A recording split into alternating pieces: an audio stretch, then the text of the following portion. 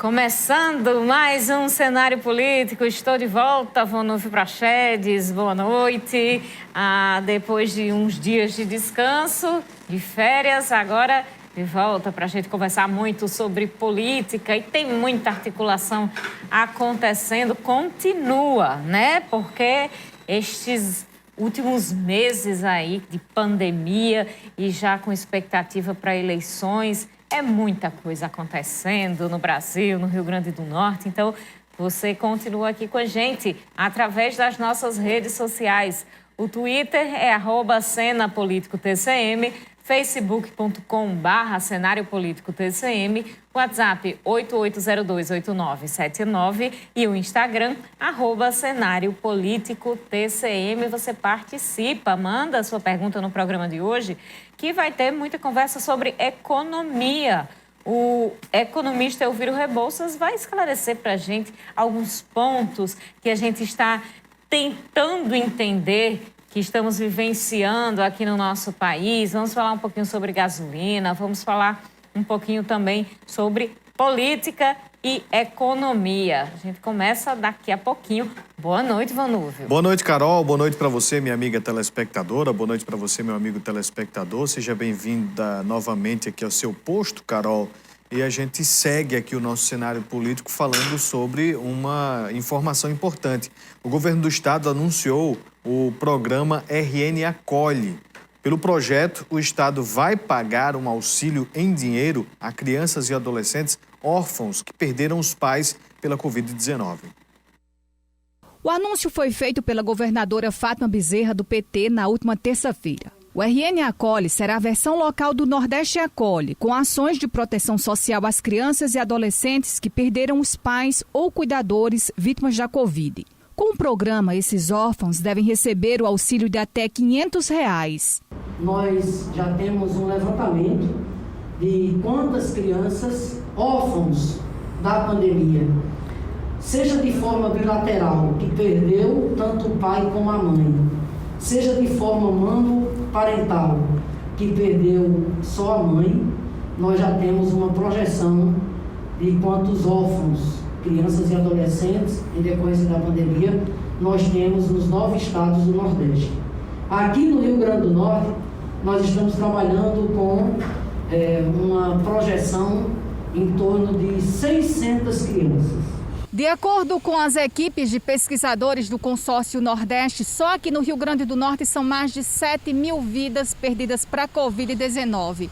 São pessoas que deixaram para trás outras pessoas, na maioria das vezes adolescentes. E é justamente com a ideia de acolher essas crianças e adolescentes que o programa RN Acolhe traz esse incentivo. Na prática, o programa ainda não tem prazo para acontecer. No entanto, segundo a Secretaria das Setas, estão sendo realizados estudos para identificar com precisão grupos de crianças e adolescentes que se encaixam no cenário de orfandade bilateral e que, por isso, devem receber o auxílio. É uma questão até humanitária, porque estamos falando daquelas crianças que, por exemplo, que viviam com os avós, que já não tinha pai, que mãe também já não acompanhava e que vivia com os avós. E esses, foram as primeiras vítimas, os idosos da Covid. Então, é uma situação. A outra situação, nós temos situações de mulheres, de famílias monoparentais, ou famílias chefiadas por mulheres. E essa mulher, ela morreu, então, em decorrência da Covid. Então, ficam crianças e adolescentes que agora precisam de cuidado. Só no Rio Grande do Norte, o amparo do auxílio deve chegar a cerca de 600 crianças e adolescentes órfãos devido à pandemia. Diversos órgãos vão contribuir para que esse público seja identificado. Há uma atualização cadastral feita pelos municípios, colocando a situação de orfandade, então é uma das frentes. A outra, que no ato do registro de morte nos cartórios, então o cartório possa nos informar, a rede de proteção, aos serviços assistenciais, a existência de crianças naquele óbito. Fora disso, o diálogo com municípios para que, no âmbito dos CRAs, as equipes de CRAs de CREAS, possam fazer o trabalho de busca ativa, a identificação dessas situações. Tudo isso é um mapeamento que está sendo previsto dentro do projeto de lei que estamos elaborando. É um projeto realmente interessante para estas pessoas que perderam suas famílias. A gente fala muito frequentemente sobre isso. Todas as pessoas que perderam famílias inteiras realmente nesta pandemia. Teve gente que perdeu os pais, avós, teve gente que perdeu os filhos, companheiros. Então, este apoio específico para os órfãos é muito interessante por parte do governo do estado para ajudar, dar um apoio, um auxílio, como o nome já diz, a estas pessoas que neste momento precisam de todo amparo possível. É interessante a iniciativa do estado em relação a isso. Pois é, Carol, quando a gente fala que um filho perdeu um pai, uma mãe, tem a questão sentimental em primeiro lugar. Mas e quem é que vai sustentar aquela criança? Quem é que vai sustentar aquele adolescente? Eu acho que aí foi um passo dado para que essas pessoas que perderam seus familiares tenham pelo menos um mínimo de dignidade. E que possam ter também cumprido seus direitos, né? As crianças e os jovens, principalmente, com direito à educação, não ter que largar tudo para ir trabalhar, continuar na escola, continuar tendo também o mínimo de lazer, que são direitos garantidos pelo Estatuto da Criança e do Adolescente. Vamos mudar de assunto agora, falar sobre economia. O economista Elviro Rebouças já está conectado com a gente.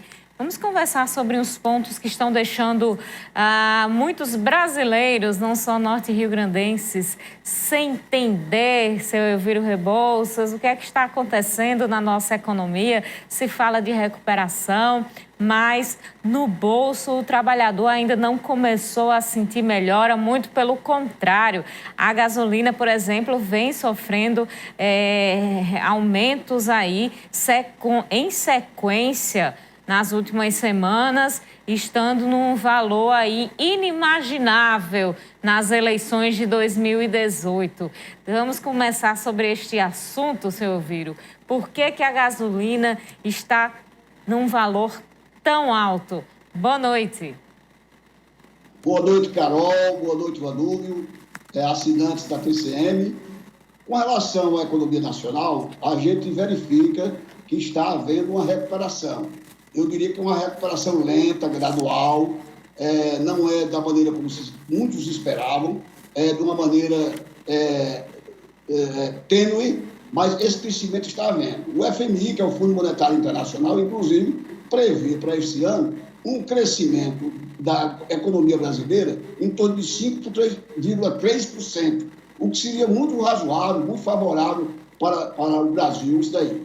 Com relação ao preço da gasolina, especificamente, eu posso dizer a vocês que, recentemente, o presidente da República, o presidente Jair Bolsonaro, demitiu o então competente e preparado presidente da Petrobras, Roberto Castelo Branco, alegando que ele estava dando sucessivos aumentos nos derivados do petróleo, do gás de cozinha, no diesel, e que, por pressão dos caminhoneiros, das associações de caminhoneiros, teve que demitir o presidente, que estava cumprindo uma excelente administração, fazendo a empresa voltar a brilhar no cenário das constelações, depois do petrolão, de tantas crises e de incúria governamental que houve em governos passados.